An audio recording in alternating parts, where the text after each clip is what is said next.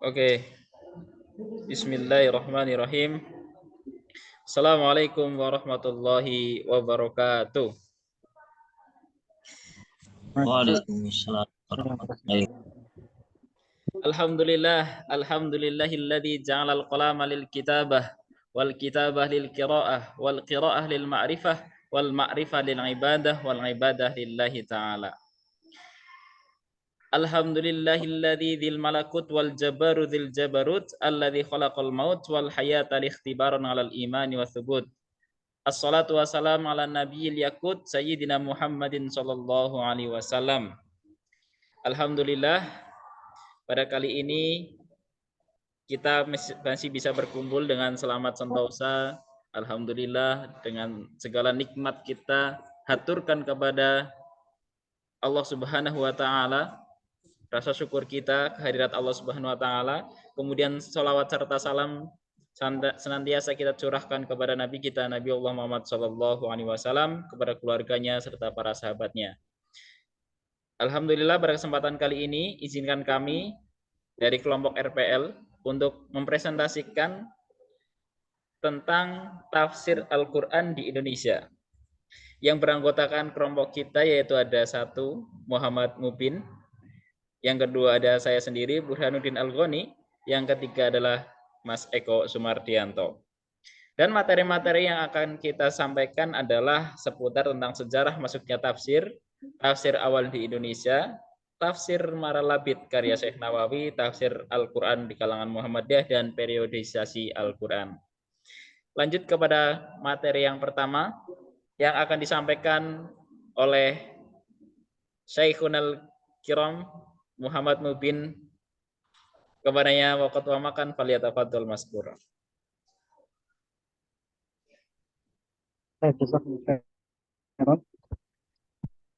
Sejarah perkembangan tafsir di Indonesia bisa menyangkut sejarah dan perkembangan pengajaran Al-Quran dan tafsir yang terdiri dari kajian atau pembelajaran Al-Quran, kemudian tafsir karangan orang Indonesia yang menggunakan bahasa Indonesia atau menggunakan salah satu dari bahasa daerah yang ada di Indonesia, seperti tafsir Al-Azhar dengan bahasa Indonesia, tafsir Al-Ibri bahasa Jawa, dan lain-lain.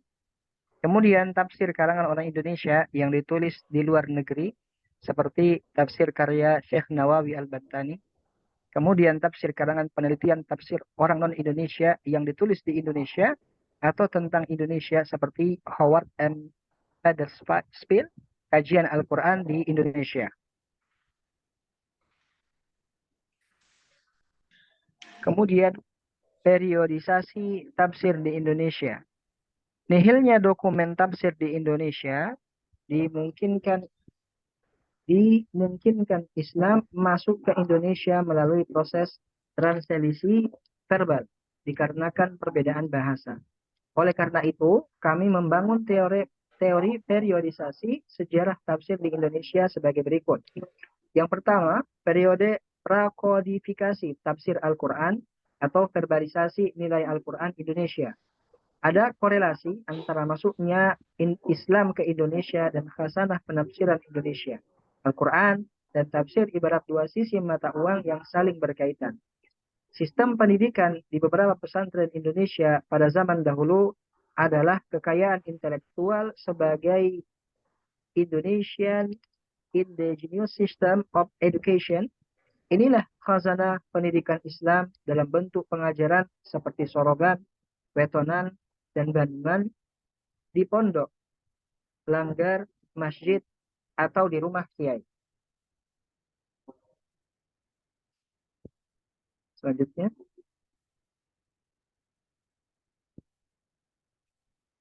pada masa ini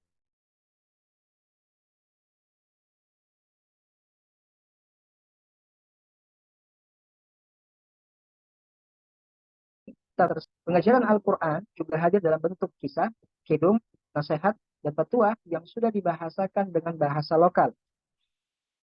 Sehingga nilai-nilai Al-Quran mudah dipahami oleh masyarakat. Ini merupakan bentuk pengajaran terhadap nilai Al-Quran dengan pendekatan kultural yang bisa dipahami oleh masyarakat dengan mudah. Proses pemahaman Al-Quran di Indonesia berjalan melalui beberapa langkah. Langkah pertama dimulai dengan penerjemahan Al-Quran ke dalam bahasa daerah yang ada di Indonesia.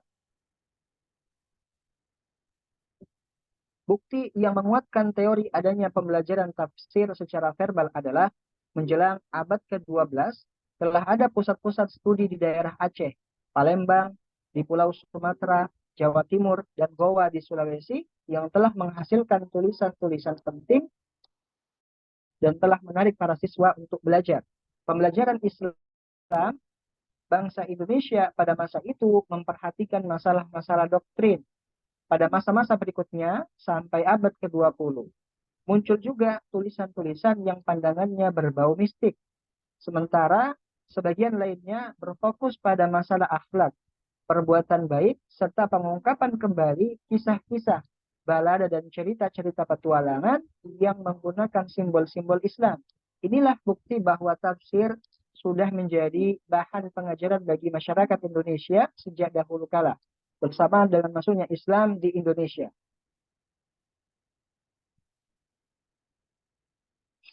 Pada tahun 1290 Masehi, pengajaran Islam mulai lahir dan tumbuh, terutama setelah berdirinya kerajaan Samudra Pasai di Aceh. Pada waktu itu, banyak ulama yang mendirikan surau atau pesantren, seperti Tengku Cut Mamplam, Tengku di Raudok, dan lainnya. Pada abad 17 Masehi, yaitu pada masa Sultan Iskandar Muda, mahkota alam. Surau-surau di Aceh mengalami kemajuan. Pada saat itu muncul ulama terkenal seperti Nuruddin Al-Raniri, Ahmad Khatib Langit, Syamsuddin Al-Sumatrani, Hamzah Tansuri, Abdul Rauf Al-Sinkiri, dan Burhanuddin.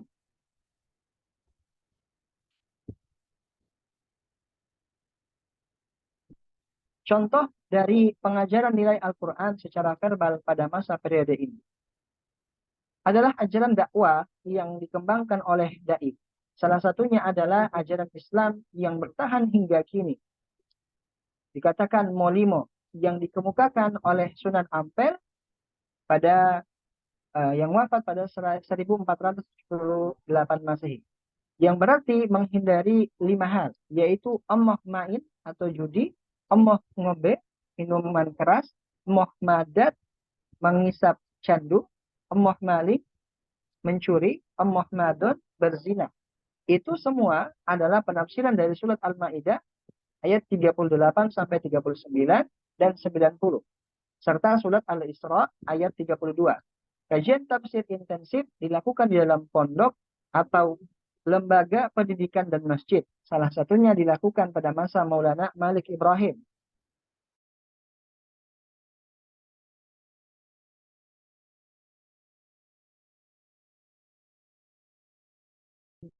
Integral bersama dengan bidang lain seperti fikih, akidah, dan tasawuf. Metode yang digunakan adalah metode ijmali atau bisa tematik dan coraknya masih umum. Dengan arti tidak didominasi pemikiran tertentu dan bersifat praktis tergantung kebutuhan masyarakat saat itu. Maulana Malik Ibrahim adalah tokoh pertama yang memperkenalkan mendirikan pesantren di Jawa. Ia mengajarkan mereka ilmu-ilmu dasar seperti membaca Al-Quran. Ia mendapat julukan The Father of Early Pesantren di Jawa. Apa yang diusahakan ini kemudian diikuti oleh para wali setelahnya, Sunan Ampel atau Raden Rahmat. Menyebarkan agama Islam di Pantura Jawa. Ia membuka pesantren di Ampel, di Kembang, Kuning, Surabaya. Pesantren ini terdokumentasi dalam Babat Tanah Jawi sebagai awal mula sebuah lembaga yang disebut pesantren. Ia adalah konseptor Dar al-Islam pertama di Tanah Jawa. Ia wafat pada 1419 Masehi. Baik, selanjutnya adalah periode kodifikasi tafsir. Apa sajakah periode kodifikasi tafsir itu? Kita bisa lihat di slide selanjutnya.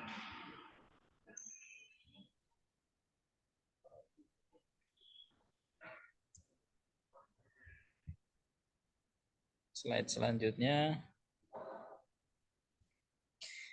Pada periode ini, tafsir di Indonesia sudah terdokumentasikan menjadi buku, baik itu tafsir 30 juz lengkap maupun yang hanya beberapa surat atau ayat. Periode kodifikasi sejalan dengan dijadikannya Islam sebagai asas dalam bernegara.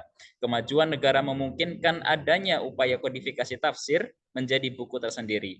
Periode ini tidak bisa dilepaskan dari perjalanan haji. Pada zaman dahulu, perjalanan haji itu sekaligus menjadi medium untuk belajar. Dari perjalanan haji itu, para ulama dahulu menimba ilmu di Mekah dan sekitarnya. Periode ini dibagi menjadi pra-abad 20 dan pasca abad 20. Dasar dari pembagian ini adalah penggulatan umat Islam antara sebelum abad 20 dan sesudahnya memiliki dinamika yang signifikan. Pergerakan dan kebangkitan Islam internasional mempengaruhi paradigma dan penafsiran di Indonesia. Pada zaman dahulu, orang berhaji tinggal beberapa bulan, bahkan ada yang tahunan, sambil menuntut ilmu di Mekah dan sekitarnya. Beberapa bahkan ada yang menetap di Mekah menjadi ulama rujukan dunia seperti Syekh Mahfuz Termas, Syekh Nahrawi Banyumas, Syekh Muhammad Nawawi Banten, Ahmad Al-Minangkabawi, dan yang lainnya. Kasman dalam ijtihad Muhammadiyah dalam menentukan kehujahan hadis, studi tentang manhaj dan hadis-hadis bidang akidah dan ibadah dalam putusan tarjih Muhammadiyah tahun 1929 sampai 1972 disertai UIN Sunan Ampel Surabaya. Selanjutnya,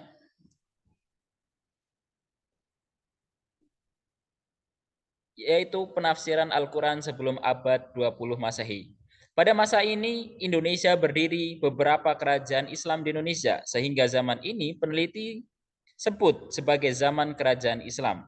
Zaman ini diawali dengan munculnya tafsir Al-Quran yang terdokumentasikan dalam bentuk tulisan, yaitu sebuah naskah yang ditulis pada awal abad ke-17. Bukti dari adanya penulisan tafsir ini adalah ditemukan naskah tafsir surat Al-Kahfi ayat 9. Tafsir ini dianggap sebagai tafsir tertua yang pernah ditemukan. Teknis tafsir ini ditulis secara parsial, berdasarkan surat tertentu, yakni surat Al-Kahfi, dan tidak diketahui siapa penulisnya.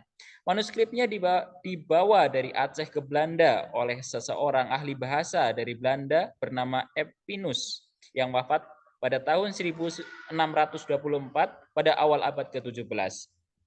Diduga manuskrip ini dibuat pada masa awal pemerintahan Sultan Iskandar Muda, yaitu pada tahun 1607 sampai 1636 Masehi, di mana mufti kesultanannya adalah Syamsuddin Al-Sumatrani, atau bahkan sebelumnya yaitu Sultan Al-Aladin Riayat Syah Sayyid Al-Mukamil yang pada waktu itu menjabat di antara tahun 1537 sampai 1604 Masehi, di mana mufti kesultanannya adalah Hamzah Al-Fanshuri.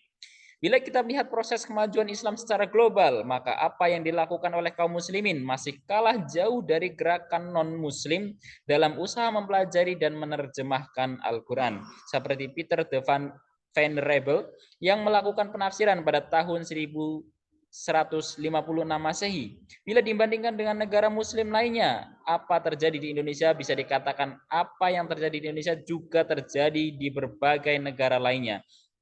Seperti Syah Wali Allah Dihlawi yang wafat pada 1762 yang menafsirkan Al-Quran dalam bahasa Persia. Abdullah Said, The Quran Al-Introduction, London Relut G 2008.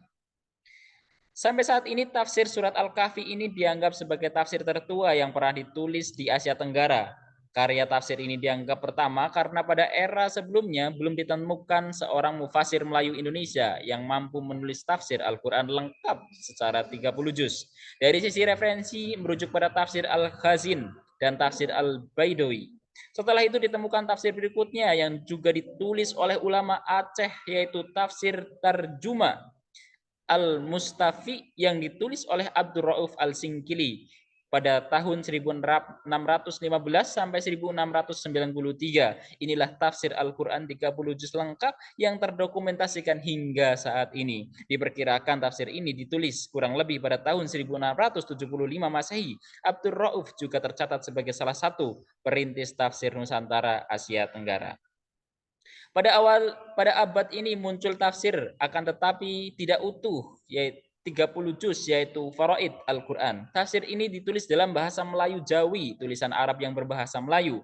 Penulisan tafsir ini tidak diketahui siapa penulisnya, ditulis dalam bentuk yang sangat sederhana. Naskahnya diedit oleh Ismail bin Abdul Muthalib Al-Ashi, seorang ulama Aceh, dalam kumpulan bukunya yang berjudul Jami Al-Jawa Al-Musnafa Al-Majmu. Karya ini ditemukan diterbitkan di Bulak, Mesir. Sesuai dengan namanya, tafsir ini membahas tentang hukum waris dan hanya menjelaskan beberapa ayat tertentu. Dari sini dapat dilihat bahwa dunia penulisan sedang berkembang dan menjadi tradisi di kalangan para ulama. Dalam pemahaman zaman dahulu, Asia Tenggara disebut dengan Jawi dan salah satu aksara yang digunakan adalah aksara Jawi atau bahasa Arab Pegon. Julukan ulama Nusantara yang tinggal di Arab juga Jawi, seperti Syekh Ahmad Al-Minangkabawi, Al-Jawi, Subroto, Syekh Ahmad Khotib Al-Minangkabawi, Syekh dari Minang ke Masjidil Haram. Pada abad ke-19 Masehi, terdapat literatur tafsir utuh 30 juz yang berjudul Marah Labil li Kasyaf Makna Al-Quran Al-Majid, lebih dikenal dengan sebutan Tafsir Munir lil Ma'lim Al-Tanzil. Tafsir ini ditulis oleh ulama yang tinggal di Mekah, yaitu Imam Muhammad Nawawi Al-Bantani, yang bergelar Syed Ulama Al-Hijaz atau pemimpin ulama. Tafsir ini ditulis dengan menggunakan bahasa Arab dan ditulis di luar Indonesia, yaitu Mekah. Tafsir Al-Quran sebelum abad 20 Masehi masih jarang. Beberapa tafsir masih dipengaruhi unsur penerjemahan dari tafsir ulama besar dunia. Hal ini memungkinkan terjadi karena tafsir-tafsir tersebut menjadi mara'ji atau acuan dalam menafsirkan. Periode ini meletakkan dasar dalam penafsiran di Nusantara dan Indonesia. Selanjutnya, penafsiran Al-Quran pada abad 20 akan dijelaskan oleh saudara kita, Mas Eko. Kepadanya waktu dan tempat dipersilahkan. Ya, bismillahirrahmanirrahim. Kelahiran tafsir pada abad ini muncul seiring dinamika global yang diwarnai dengan semangat kebangkitan Islam. Pan-Islamisme menularkan gagasan kebangkitan Islam yang dipelopori oleh Jamaluddin Al-Afghani di Afghanistan serta pengikutnya yakni Muhammad Abduh dan Rashid Ridho yang ada di Mesir. Nah, Syekh Jamaluddin Al-Afghani ini adalah guru dari Muhammad Abduh dan Rashid Ridho yang kemudian Syekh Jamaluddin Al-Afghani ini pindah ke Mesir, ngajar di Al-Azhar ketika itu. Gagasan ini menggema dan mempengaruhi semangat kebangkitan Islam di berbagai wilayah di dunia, salah satunya Indonesia. Di antara ulama yang terbakar dengan spirit kebangkitan Islam adalah Buya Hamka. Haji Abdul Malik Karim Amrullah dengan tafsir Al-Azharnya dan juga Mahmud Yunus dengan tafsir Quran Al-Karim. Kelahiran dan perkembangan ilmu tafsir di Nusantara dapat dilihat dari dua aspek, yaitu aktivitas pengajian dan penulisannya. Sementara itu, karya dalam bidang tafsir dilihat mengalami perkembangan pesat pada abad ke-20-an yang dipengaruhi dari Mesir yang dicetuskan oleh Syekh Muhammad Abduh di antara tahun 1845 sampai 1905 beliau hidup, yang kemudian dikembangkan oleh murid-muridnya sehingga menjalar ke Nusantara melalui lembaran-lembaran majalah-majalah yang tercetak kala itu. Literatur tafsir Al-Quran di Indonesia mengalami dinamika yang menarik, baik dari segi penyampaian dan juga yang pengajarannya. Hal itu bisa dilihat dengan munculnya Al-Quranul Hakim beserta tujuan dan maksudnya karya Haji Ilyas dan Abdul Jalil pada dekade 1920-an pada tahun 1925. Meskipun hanya penafsiran atau parsial, yakni juz pertama saja, namun karya ini menjadi lahirnya sejarah penafsiran kolektif di Indonesia. Selanjutnya muncul penafsiran kolektif 2 orang atau lebih. Selanjutnya, kolektivitas dalam menafsirkan Al-Quran ini kemudian menjadi inspirasi bagi munculnya penafsiran generasi selanjutnya. Seperti tafsir Quranul Karim yang disusun secara kolektif oleh Ahmad Halim Hasan, Zainal Arifin Abbas, dan Abdurrahman Haytami pada dekade 1930-an. Dan juga pada tahun 1950-an lahir tafsir Al-Quran karya Zainuddin Hamidi dan juga Fakhruddin HS, diterbitkan pada tahun 1959. Pada tahun 1967, Departemen Agama menyusun tafsir yang berjudul Al-Quran dan Tafsirnya, yang dicetak resmi oleh Departemen Agama Republik Indonesia. Kolektivitas dalam penafsiran ini kemudian diikuti oleh Muhammadiyah. Muhammadiyah mempunyai 2 tafsir yang disusun secara kolektif.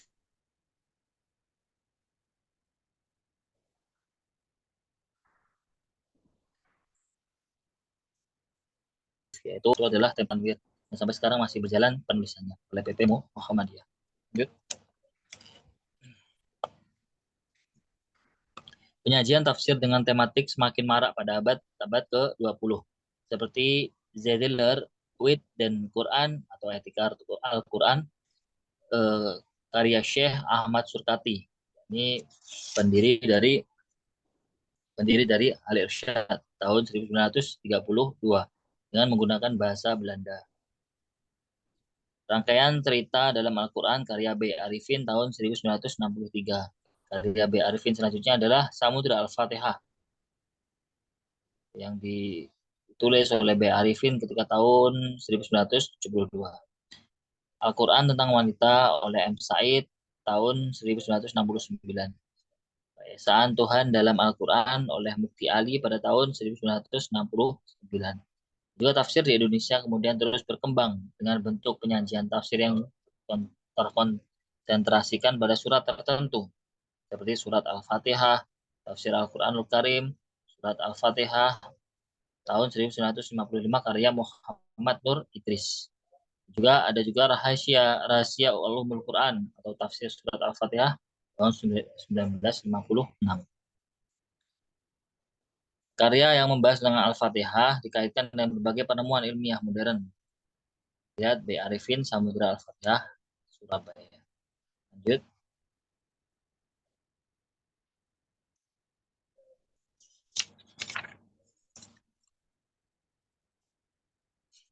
Penulisan tafsir 30 juz setelah Syekh Nawawi Al-Bantani pada abad ke-18 Masehi mengalami kevakuman lama hingga muncul tafsir Quran Al-Karim abad ke-20 dan ditulis oleh Mahmud Yunus pada tahun 1922 dan selesai pada tahun 1938. Selain Mahmud Yunus, ada ulama Indonesia yang menafsirkan Al-Quran yaitu Ahmad Hasan dari Persis yang berjudul Al-Furqan Tafsir Al-Quran tahun 1924. Kemudian Abu Hamka menulis Al-Quran 30 juz dengan judul Tafsir Al-Azhar yang bisa banyak dijumpai di pasaran, dicetak ulang beberapa kali dicetak ulang oleh penerbit Gema Insani Press yang bisa kita dapatkan di toko-toko. Pada tahun 1958 masih tercetak sampai sekarang. Lanjut. Pada dekade 1980-an muncul tafsir yang dikarang oleh Bisri Mustafa, ulama dari Rembang, Jawa Tengah, berjudul Al-Ibris, Lima'rifah Tafsir. Lima'rifah Tafsir Al-Quran Al-Aziz, menggunakan bahasa Jawa dengan aksara Arab Pegon. Kemudian ada pula dari TM Hasbi Asyidiki yang pernah menjadi ketua Konsul Aceh, sekarang disebut pimpinan wilayah, menulis tafsir An-Nur. Tafsir An-Nur karya Hasbi Asyidiki. Dan juga ada pula Haji Abdul Malik yang menulis tafsir Sinar yang disusun berdasarkan nuzulul Quran. Tafsir ini baru ditulis 11 surat. Ada juga Munawar Khalil yang menyelesaikan tafsir 30 juz berjudul Tafsir Hidayatul Rahmah.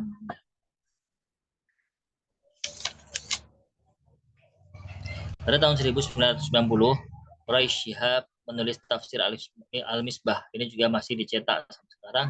Banyak bisa kita jumpai di pasaran.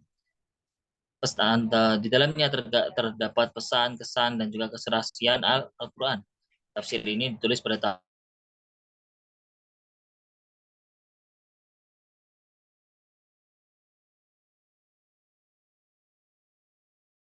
Tafsir Al-Misbah, karya lainnya adalah tafsir tematis plural. Antara lain adalah membumikan Al-Quran. Ini tafsir-tafsir tematik dari beliau.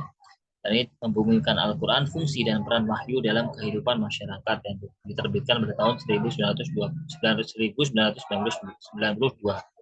Di antara hati kisah dan hikmah kehidupan kita tahun 1994. Wawasan Al-Quran, tafsir tematik atas berbagai persoalan umat yang dicetak tahun 1996. Dan juga membumikan Al-Quran membumikan Al-Quran. Dan Al-Quran ini untuk tahunnya belum diketahui.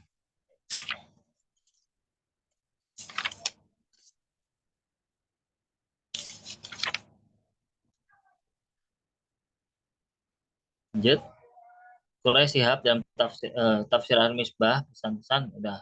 Lanjut.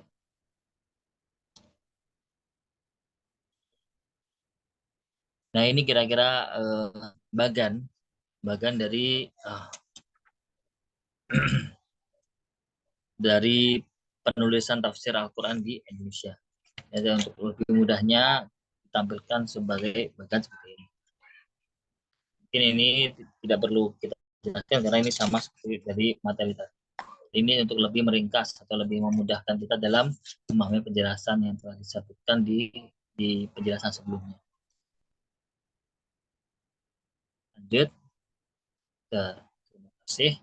Mungkin itu yang bisa kami sampaikan. Atas kurang lebihnya kami mohon maaf. Kami kembalikan kepada Mas Burhanuddin. Baik, terima kasih atas waktunya teman-teman semuanya, dan terima kasih juga kepada keluarga Universitas Muhammadiyah Surakarta atas waktunya untuk menyimak kami bertiga. Kalau kurang lebih begitu yang bisa kami sampaikan, saya mewakili teman-teman saya mohon pamit undur diri dan mengucapkan mohon maaf sebesar-besarnya apabila ada kekurangannya. Suatu pepatah mengatakan tiada gading yang tak retak, tiada kesempurnaan, melainkan kesempurnaan Allah Subhanahu wa Ta'ala. Tentunya apa yang kami sampaikan ini jauh dari kata sempurna, maka dari itu kami memohon maaf dan kami minta ampun kepada Allah Subhanahu wa Ta'ala. Apabila ada pertanyaan bisa dilanjutkan kepada kolom komentar di bawah berikut, gitu ya. Baik, ada tambahan dari Mas Eko? Yakfi. Ada tambahan dari Mas Mubin?